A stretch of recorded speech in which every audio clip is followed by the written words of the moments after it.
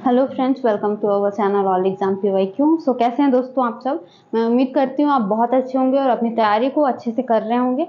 सो दोस्तों अब हमारे पास बहुत ज़्यादा समय नहीं है, 1 महीना ही है। 14 नवंबर से आपका एग्ज़ाम स्टार्ट है। तो गाइज अब देखा होगा आपने कि दिल्ली पुलिस की जो मैथ्स की भी प्रीवियस ईयर थी वो भी हमने करा दिया है। आपको हमारे चैनल पे वो मिल जाएगी, क्योंकि आप सब बच्चे बोल रहे थे कि और भी अदर सब्जेक्ट कराने को। तो अब आपको मैथ्स की भी क्लासेस मिल रही हैं। बहुत जल्द हम GS की भी शुरू करेंगे और रीजनिंग की भी। ठीक है दोस्तों, दरअसल अभी GS वाले सर और रीजनिंग वाले सर का अभी पेट में थोड़ा क्लासेस ज़्यादा लगा हुआ है, क्योंकि आपको पता है पेट के बच्चों का एग्जाम 28 और 29 अक्टूबर को है। तो पहले उनका ज़्यादा ज़रूरी है आपके में, फिर भी उनके बाद 20 दिन का समय बचेगा तो करा दिया जाएगा। Don't worry about it. तो दोस्तों आपको पता है कि हम कंप्यूटर कर रहे हैं, तो आइए कंप्यूटर में आज हम बिल्कुल टाइम नहीं वेस्ट करेंगे। और पहले मैं 10 क्वेश्चन ही करा पाती थी, आज हम कोशिश करेंगे कि 20 से 30 क्वेश्चन कम से कम करें। और बस अभी जल्दी से जल्दी मैं सोचूंगी कि आपको प्रीवियस ईयर कंप्लीट करा के फिर टॉपिक वाइज स्टार्ट करूँ। टॉपिक वाइज भी बहुत ज़रूरी है। तो देखती हूँ अगर कंप्लीट नहीं हो पाता है तो फिर मैं क्या करूँगी कि एक मैराथन ले आऊँगी पूरी प्रीवियस ईयर की, उसी में मैं पूरा आपका कंप्यूटर का क्वेश्चन करा दूँगी। ठीक है दोस्तों, तो चलिए आइए शुरू करते हैं हम। चलिए देखते हैं हमारा पहला क्वेश्चन क्या है हमारा। जब आप MS वर्ड दस्तावेज में कर्सर को तालिका के अंतिम कक्ष में, क्या कह रहे हैं कि कर्सर को कहाँ रखोगे आप, कर्सर को आप दस्तावेज के यानी कि जो डॉक्यूमेंट रहेगा उसके एंड में एकदम लास्ट में अगर रखते हो आप कर्सर को, तो फिर क्या होगा, और रखते हो और टैब को दबाते हो। अगर अब मान लो ये MS एक सेकेंड गाइस, हाँ एक सेकेंड कलर चेंज कर लेते हैं। मान लो ये MS वर्ड है, MS वर्ड का डॉक्यूमेंट खुला है। ठीक है, ये MS वर्ड है आपका। तो ये कहना चाह रहे हैं कि ये जो डॉक्यूमेंट है ये पूरा, मान लीजिए आपने यहाँ पे कुछ बनाया है, सपोज करिए आपने अपनी CV भी बनाई है। ठीक है, तो यहाँ पे ये पूछ रहे हैं एंड में, एकदम एंड में अगर आप रखोगे इसे, कर्सर को आप कर्सर को एंड में रखते हो और टैब बटन अगर आप दबाते हो तो क्या होगा दोस्तों, तब क्या होता है कि वहां पे एक अंत में एक नई पंक्ति जुड़ जाती है। क्या होता है कि उस डॉक्यूमेंट में एक नई पंक्ति यानी कि एक नई लाइन जुड़ जाती है। ठीक है दोस्तों, तो कौन सा हमारा राइट आंसर हो जाएगा, फर्स्ट ऑप्शन हमारा राइट हो जाएगा। ठीक है, क्या होता है, होता यह है कि तालिका के अंत में एक नई पंक्ति जुड़ जाती है अगर आप कर्सर को रखोगे और साथ में टैब प्रेस करोगे तो। ठीक है, आगे चले हम। चलिए क्वेश्चन नंबर सेकंड। अब क्वेश्चन नंबर सेकंड क्या कह रहा है, एक सेकंड, हाँ ये रहा। MS वर्ड में निम्नलिखित में से कौन सा कीबोर्ड शॉर्टकट फॉन्ट संवाद यानी कि जो फॉन्ट होता है उसे ओपन करने के लिए होता है। तो फॉन्ट बॉक्स को ओपन करने के लिए फॉन्ट बॉक्स विंडो खुलता है। फॉन्ट बॉक्स विंडो खोलने के लिए कौन सा शॉर्टकट की का यूज किया जाता है दोस्तों, तो वो होता है आपका कंट्रोल D को जब आप प्रेस करते हो तो जो आपका जो फॉन्ट ऑप्शन है वो ओपन होता है। ठीक है, तो कौन सा ऑप्शन हमारा राइट आंसर हो जाएगा, हमारा हो जाएगा फर्स्ट कंट्रोल D। क्लियर, आगे चलिए जल्दी से हम प्रीवियस ईयर कंप्लीट करते हैं, इसके बाद फिर हम हमारा टॉपिक वाइज स्टार्ट करेंगे। थर्ड क्वेश्चन क्या कह रहा है कि निम्नलिखित में से कौन सा MS एक्सेल में एक वैध सेल एड्रेस है, वैध सेल एड्रेस।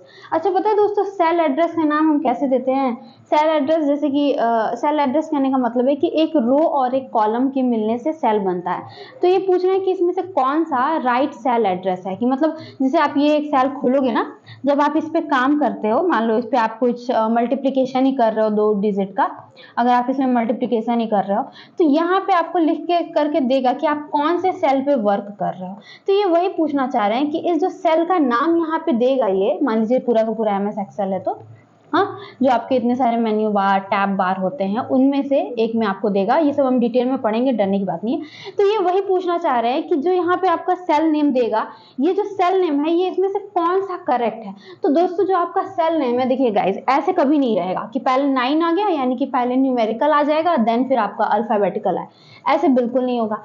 सारे के तीनों अल्फाबेटिकल हो ऐसा भी नहीं जरूरी है, बीच में भी कभी नहीं देगा। देखिए पहले क्या आएगा आपका, पहले आपका अल्फाबेटिकल आएगा।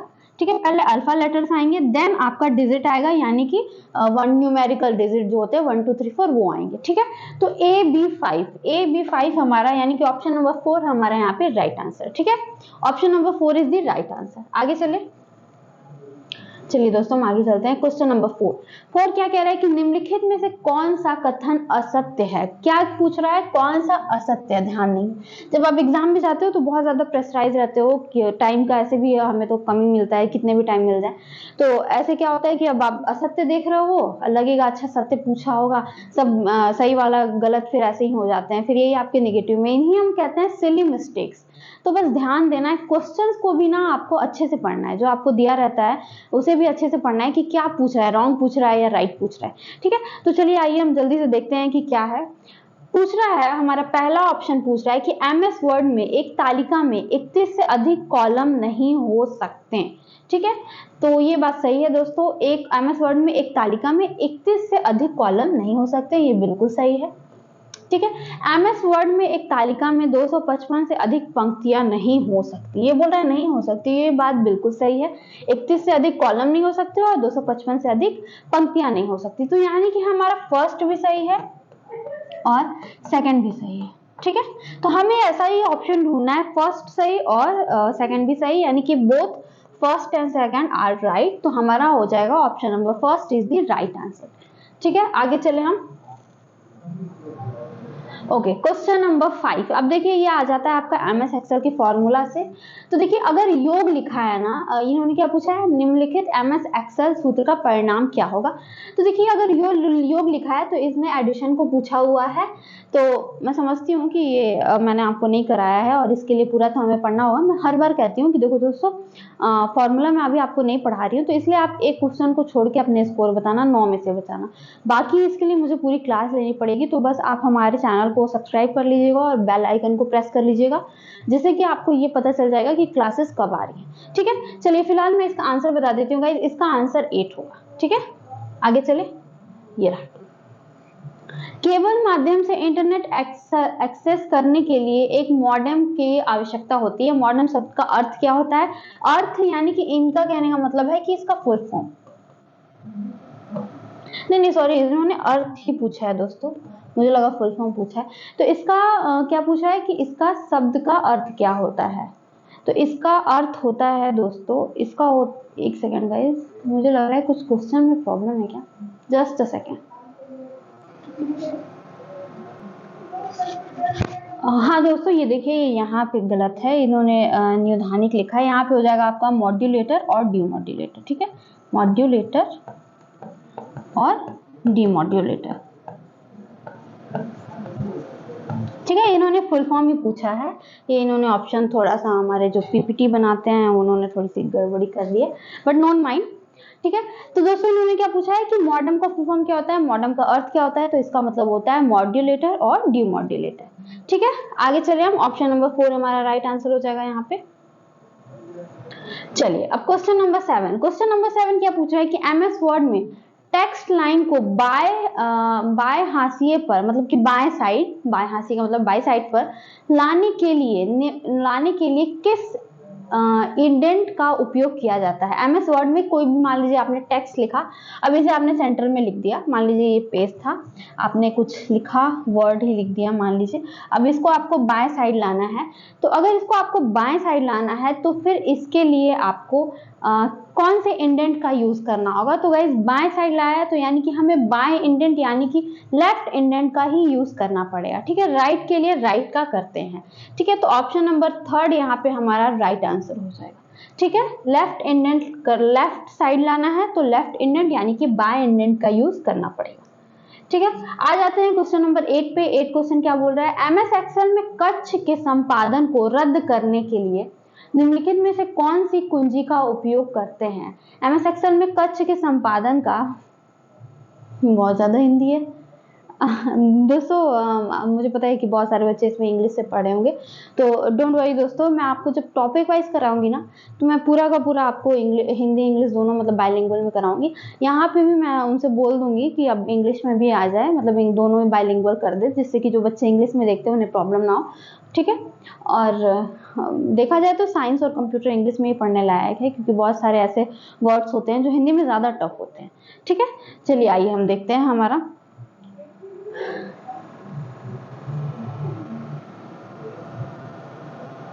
सो गाइज यहाँ पे ना देखिए ये क्या पूछ रहा है कि एमएस एक्सेल में कच के संपादन को रद्द करने के लिए, मान लीजिए एमएस एक्सेल में किसी भी चीज को आप जब लिखते हैं उसको आपको डिलीट करना होता है किसी भी चीज को, तो उसके लिए आप एस्केप बटन का यूज करते हैं। किसका यूज करते हैं? एस्केप बटन का। ठीक है, ये इन्होंने ऑप्शन में नहीं दिया है, यहाँ ऑप्शन नंबर फर्स्ट हमारा राइट आंसर हो जाएगा। ठीक है, आज हमारे जो पीपीटी बनाते हैं उन्होंने कुछ ज्यादा ही गलतियां कर दी हैं। चलिए हम आगे देखते हैं। क्रोम ब्राउजर के अंतिम टैब पर स्विच करने के लिए निम्न में से किस कीबोर्ड शॉर्टकट का उपयोग करते हैं? क्रोम ब्राउजर में क्या कह रहे हैं? क्रोम ब्राउजर में अंतिम टैब पर स्विच करने के लिए या अंतिम टैब पे जाने के लिए किसका यूज करते हैं दोस्तों? तो हम यूज करते हैं, जब सबसे लास्ट वाले टैब में अगर आपको जाना है तो हम किसका यूज करते हैं? कंट्रोल 9। शॉर्टकट उसका हो जाएगा कंट्रोल 9। कंट्रोल 9 का आप यूज करके जो सबसे लास्ट टैब है क्रोम ब्राउजर में आप उस पर चले जाएंगे। ठीक है, तो ऑप्शन नंबर फर्स्ट यहाँ हमारा राइट आंसर होगा। क्वेश्चन नंबर 10 क्या बोल रहे हैं? एमएस वर्ड में एक font size drop down box होता है। क्या होता है? एक font size drop down box होता है। इसमें से सबसे छोटा फॉन्ट साइज क्या है जिससे इसमें से चुना जा सकता है? ठीक है, अच्छा ये मैं बताऊं आपको ओवरऑल या क्या पूछना चाह रहे हैं, बस इन्होंने बातों को घुमा दिया। ये पूछना चाह रहे हैं कि एमएस वर्ड में जो सबसे छोटा फॉन्ट साइज होता है वो क्या होता है। देखिए क्या बोल रहे हैं कि एक फॉन्ट साइज ड्रॉप डाउन होता है ना, जैसे फॉन्ट साइज होता है, आप जो लिखते हो उसी को हम फॉन्ट बोलते हैं, कि आप उससे कितना मिनिमम कितना छोटा लिख सकते हो। ठीक है, तो दोस्तों इसका जो सबसे छोटा होगा 8, इसकी साइज सबसे कम कितनी होती है? 8 होती है, यानी कि 8 तक आप इसे लिख सकते हो। ठीक है, तो ऑप्शन नंबर 4 हमारा राइट आंसर होगा। चलिए अब हम सेट 2 देखते हैं। आइए, एक पेपर में 10 ही क्वेश्चन थे, तो अब हम ये दूसरे पे आ गए हैं। चलिए देखते हैं। निम्नलिखित एमएस एक्सेल फॉर्मूला का परिणाम क्या होगा? फ्लोर 5-3। तो दोस्तों इसका जो आंसर आएगा गाइज, इसका आंसर आएगा आपका 4। ये कैसे आएगा गाइज? ये मैं अब देखिए पूरा यहाँ पे मुझे आपको एमएस एक्सेल का बताना पड़ेगा, फिर एमएस एक्सेल में पूरा जाना पड़ेगा। तो अभी हम प्रीवियस ईयर कर रहे हैं, मैं पूरा आपको जब एमएस एक्सेल हम पढ़ेंगे तब मैं आपको पूरा अच्छे से बताऊंगी, क्योंकि फिर मुझे बहुत सारी चीजें लैंग्वेज भी आपको बताना पड़ेगा। ठीक है, और टाइम कम है तो इसलिए पहले हम क्वेश्चंस कर लेते हैं, फिर करेंगे। मैं हर एक क्लास में आपको बोलती हूँ। ठीक है, सो एकदम इसकी चिंता ना करिए दोस्तों, मैं जरूर क्लास लेके आऊंगी। चलिए आगे चलते हैं। एमएस वर्ड डॉक्यूमेंट का डिफॉल्ट दृश्य या व्यू विकल्प क्या होता है? ये कहना चाह रहे हैं कि जो एमएस वर्ड है, एमएस वर्ड जो डॉक्यूमेंट में डिफॉल्ट जो व्यू होता है, जो व्यू विकल्प होता है, वो क्या है? तो दोस्तों वो होता है आपका आउटलाइन। ठीक है, क्या होता है आपका? आउटलाइन। एमएस वर्ड डॉक्यूमेंट का जो डिफॉल्ट होता है, जो व्यू ऑप्शन होता है, वो होता है आपका आउटलाइन। ठीक है, बता दे रही हूँ फिर से। जो एमएस वर्ड आपने खोला तो यहाँ पे आपको बहुत सारे ऑप्शन दिए होते हैं, उसी में से एक होता है व्यू। तो व्यू में आपका बाय डिफॉल्ट क्या होता है? व्यू में भी आपको ना बहुत चीजें मिलेंगी, बहुत सारे ऑप्शन मिलेंगे। तो ये वही पूछना चाह रहे हैं कि बाय डिफॉल्ट क्या होता है? तो बाय डिफॉल्ट आपका आउटलाइन होता है। क्लियर है? चलिए आगे चलते हैं। ऑप्शन सेकंड राइट आंसर है। चलिए अब देखते हैं। किसी दस्तावेज में चयनित टेक्स्ट पर एक सीधी रेखा खींचने के लिए निम्नलिखित में से कौन सी एमएस वर्ड विशेषता का उपयोग किया जा सकता है? क्या कह रहे हैं? किसी दस्तावेज में चयनित टेक्स्ट पर एक सीधी रेखा, सपोज करिए मैंने लिखा मैंने लिखा कांस्टेबल। ठीक है, तो ये बोल रहे हैं कि अगर आपको इस पे एक सीधी रेखा खींचनी है, ऐसी है ना, तो ऐसा होना नहीं चाहिए था। हम कोई और वर्ड ले लेते हैं। ठीक है, मान लीजिए हम वर्ड ही ले लेते हैं। ये अच्छा नहीं लग रहा है ना, हम जिस एग्जाम की प्रिपरेशन कर रहे हैं उस पर हम ऐसे कट कैसे लगा सकते हैं। चलिए हम दूसरा ले लेते हैं। हाँ, मान लीजिए मैंने ये वर्ड लिखा, तो अगर इस पे आपको ऐसी सीधी रेखा खींचनी है तो इसके लिए आप निम्नलिखित में से कौन सी एमएस वर्ड विशेषता का यूज करेंगे? मतलब अगर ऐसी आपको रेखा खींचनी है तो कौन सा एक ऐसा ऑप्शन है जिसका आप यूज करेंगे? तो गाइज एक ऑप्शन होता है ना स्ट्राइक थ्रू। ठीक है, स्ट्राइक थ्रू, उस पर आप जब क्लिक करोगे ना तो ऐसे ही उस वर्ड पे ऐसे ही लाइन खिंच जाएगी। ठीक है, तो ऑप्शन नंबर फर्स्ट यहाँ पे हमारा राइट आंसर है। आगे चले।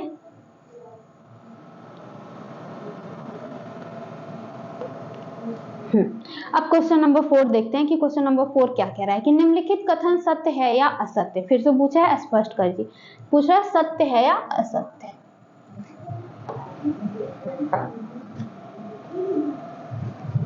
चलिए देखते हैं। एमएस वर्ड में सभी पैराग्राफ में समान लाइन स्पेसिंग होनी चाहिए। एमएस वर्ड में सभी पैराग्राफ में समान लाइन, समान स्पेसिंग, मतलब एकदम इक्वली स्पेस देना चाहिए। दोस्तों ऐसा बिल्कुल नहीं है। आप चाहो तो मान लें आपने लिखा देयर, ठीक, फिर थोड़ा सा एक स्पेस आपने दिया, यहाँ लिख दिया देयर वॉज। फिर अगर आपका मन है तो आप 2 3 4 स्पेस देके यहाँ लिख दो देयर वॉज अ डॉग, कोई भी दिक्कत नहीं है, बिल्कुल सही है। ठीक है, ऐसा नहीं है एक्सेप्ट नहीं किया जाएगा, बिल्कुल सही है। तो ये ऑप्शन तो दोस्तों हमारा गलत होता है, क्योंकि ऐसा कुछ नहीं है कि जो पैराग्राफ में जो लाइंस है वो एकदम इक्वल होने चाहिए। या फिर मान लो आप एक लाइन आपने यहाँ लिखा तो दूसरे की स्टार्टिंग यहाँ से हो जाए, तीसरे की यहाँ से हो जाए, ऐसे भी अगर आप करो तो कोई दिक्कत नहीं है। ये कहना चाह रहे हैं कि एकदम इक्वल लाइन होना चाहिए। यहाँ पे फर्स्ट लाइन लिखी तो सेकंड यहाँ लिखो, थर्ड यहाँ लिखो, तो ऐसी कोई बात नहीं है। यहाँ पे आप जैसे मन जिधर चाहो उधर आप लिख दो, कोई भी प्रॉब्लम नहीं है। अगर ऐसा होता तो फिर आप एप्लीकेशन कैसे लिख सकते थे उस पर, या लेटर कैसे लिखते, या अपनी सीवी भी कैसे बनाते हैं ना, तो फिर ये चीजें नहीं हो पाती।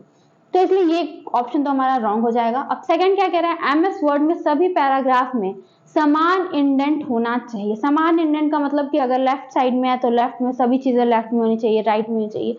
तो ऐसा नहीं होता है, क्योंकि आप सबको पता है जब हम एप्लीकेशन लिखते हैं तो यहाँ कुछ और लिखते हैं, फिर इधर आप अपनी बातें लिखते हो, फिर यहाँ आप बताते हो कि भाई ये मैं हूँ आपका यूरोविडेंटली, ऐसे वैसे। ठीक है, तो ये ऐसा कुछ नहीं है इसमें। आपको एक सेम इंडेंट की करने की कोई जरूरत नहीं है। आप चाहो तो आप लेफ्ट इंडेंट करो, चाहो तो राइट करो, या चाहो तो सेंटर करो। ठीक है, तीनों ही तरीकों से आप कर सकते हो, यानी कि हमारा दोनों ही रॉन्ग है, दोनों ऑप्शन हमारा रॉन्ग है। तो इसलिए हमारा कौन सा ऑप्शन हमें ढूंढना है दोस्तों, हमें ढूंढना है इस तरह कि दोनों रॉन्ग जो हो। ठीक है, बोथ आर रॉन्ग, तो कौन सा हो जाएगा हमारा बोथ रॉन्ग में है, हमारा ऑप्शन नंबर थर्ड। देख सकते हैं फर्स्ट भी रॉन्ग है और सेकंड भी रॉन्ग है, यानी कि असत्य है। ठीक है, आगे चलिए।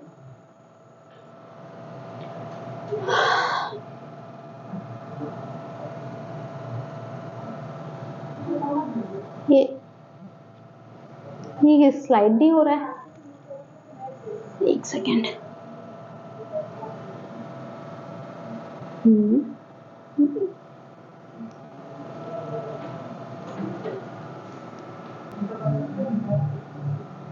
तो दोस्तों अब हमारा फिफ्थ क्वेश्चन क्या है ये देखते हैं। जब आप C9 सेल का चयन करते हैं तो कितने सेल चुने जाएंगे, कंट्रोल कुंजी दबाएं और फिर MS एक्सेल वर्कशीट में A1 सेल पर क्लिक करें।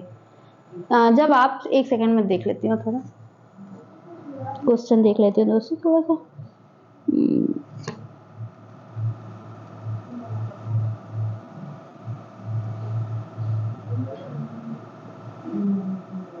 अच्छा, ये कहना चाह रहे हैं दोस्तों कि अगर आप C9 सेल का चयन करते हैं, यानी कि मान लीजिए ऐसे जैसे ऐसे होते हैं ना हमारे सेल, ठीक है, तो इधर तो 1 2 3 4 दिया रहता है और इधर ABCD ऐसे दिए रहते हैं। ठीक है, तो सपोज करिए कि मान लीजिए ये है हमारा और हमारा यहाँ तक 9 तक होता है, नहीं वैसे तो हम मान लेते हैं ये हमारा 9 है, चलिए 2 के बाद हमारा 9 ही आ जाएगा।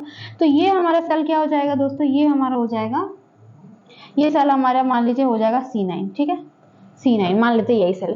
तो ये कहना चाह रहे हैं कि अगर इसे आप सेलेक्ट करें, ठीक है, इसे आप सेलेक्ट करें और फिर कंट्रोल को प्रेस करेंगे, कंट्रोल बटन को, और फिर MS एक्सेल वर्कशीट में A1 सेल पर क्लिक करेंगे तो क्या होगा।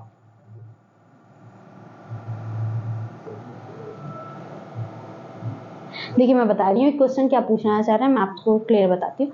ये पूछना चाह रहे हैं दोस्तों कि अगर आप C9 सेल को सेलेक्ट करोगे, देन अगर आप कंट्रोल बटन को प्रेस करोगे, ठीक है, ध्यान से सुना दोस्तों, कंट्रोल बटन को प्रेस करोगे और उसके बाद आप A1 सेल में यहाँ पे मान लो यहाँ पे अगर आप चले जाते हो तो कितने सेल सेलेक्ट होंगे, है ना।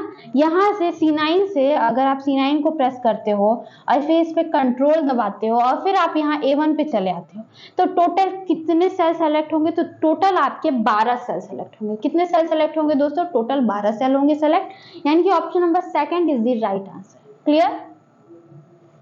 क्वेश्चन नंबर 6, क्रोम ब्राउजर में वर्तमान में खुले टैब को बंद करने के लिए निम्नलिखित में से किस कीबोर्ड शॉर्टकट का उपयोग किया जाता है। जो खुले टैब हैं अगर उनको आपको बंद करना है तो कंट्रोल W का आपको यूज करना पड़ेगा। ठीक है, किसका, कंट्रोल प्लस W का। ठीक है, तो option number 4 is the right answer. Next, ठीक है, नेक्स्ट क्वेश्चन क्या पूछ रहा है, SMTP एक ईमेल से संबंधित प्रोटोकॉल है तो SMTP का पूर्ण रूप क्या होता है? तो इसका क्या होता है दोस्तों, आप सबको पता है, इसका होता है सिंपल मेल ट्रांसफर प्रोटोकॉल। तो option number first is the right answer. मुझे पता है ये सबको पता होगा, इसका आंसर भी सब देंगे क्योंकि बहुत ईजी था। ओके, नेक्स्ट क्या है, निम्नलिखित में से कौन सा MS एक्सेल में वर्कशीट के नीचे दिखाई देता है? कौन सा दिखाई देता है दोस्तों वर्कशीट के नीचे? तो वर्कशीट के नीचे आपका क्या दिखाई देता है दोस्तों? वर्कशीट के नीचे आपका क्षैतिज स्क्रॉल बार दिखाई देता है। ठीक है, option number first right answer हो जाएगा। ये वर्कशीट के नीचे बोला गया है, ठीक है, ध्यान देंगे। क्वेश्चन नंबर 9, MS वर्ड 2007 में के डॉक्यूमेंट में फेसिंग पेजेस सेट करने के लिए किस फंक्शन का प्रयोग किया जाता है? फेसिंग पेजेस को सेलेक्ट करने के लिए किस फंक्शन का यूज किया जाता है दोस्तों? फेसिंग मतलब क्या होता है कि MS वर्ड है, मान लो अगर आपको इसमें दो पेजेस सेट करने हैं, 1 यहाँ पे 2, तो उसके लिए आपको मिरर मार्जिन का यूज करना पड़ता है। किसका यूज करना पड़ता है? मिरर मार्जिन का। ठीक है, तो ऑप्शन नंबर सेकंड हमारा राइट आंसर हो जाएगा। नेक्स्ट क्वेश्चन नंबर 10, क्या बोल रहा है, इंटरनेट बैंकिंग वेबसाइट सामान्यतः वर्चुअल कीबोर्ड अथवा ऑनलाइन कीबोर्ड उपलब्ध कराती है, क्योंकि जो इंटरनेट बैंकिंग वेबसाइट सामान्यतः वो वर्चुअल कीबोर्ड अथवा ऑनलाइन कीबोर्ड, मतलब वर्चुअल या ऑनलाइन, मतलब जो उसी पे आपको प्रेस करते हैं, कीबोर्ड स्क्रीन पे जो आपको दिखाई देते हैं वहीं से आप टैप करते हो, करवाती है, क्योंकि ये प्रयोगकर्ता को सुरक्षित तरीके से पासवर्ड लिखने में सहायता करती है। ये फिजिकल कीबोर्ड से तेज है, ये छोटे स्क्रीन के लिए उचित है, ये प्रयोगकर्ता के लिए सुविधाजनक है। दोस्तों सबसे सीधी सी बात है, क्यों? अब आप जाते हो एग्जाम ही देने, आप जाते हो, मान लो अभी आप दिल्ली पुलिस का ही जाओगे, तो यहाँ आपका यहाँ यूजर नेम रहता है ना, और यहाँ पे आपका पासवर्ड रहता है। ठीक है, तो ये बोलना चाह रहे हैं जो वर्चुअल कीबोर्ड की ये बात कर रहे हैं, तो जो आप देखते हो ना यहीं पे आपको कीबोर्ड बन के आता है, इसी स्क्रीन पे ही आता है। तो ये इसका यूज आपको पूछा जा रहा है कि इसका यूज आपको क्यों करवाया जाता है? वो इसलिए कराया जाता है ताकि जो आपका पासवर्ड है वो आपको लिखने में, जो आपका पासवर्ड है वो सुरक्षित तरीके से लिखने में आपको सहायक हो सके। ठीक है, तो option number first is the right answer. ठीक है दोस्तों, तो ये थे हमारे टोटल क्वेश्चंस हमारे कंप्यूटर के आज के लिए। क्लास कैसी लगी दोस्तों जरूर बताइएगा। चलिए मैं आपसे मिलती हूँ नेक्स्ट क्लास में। Thank you so much.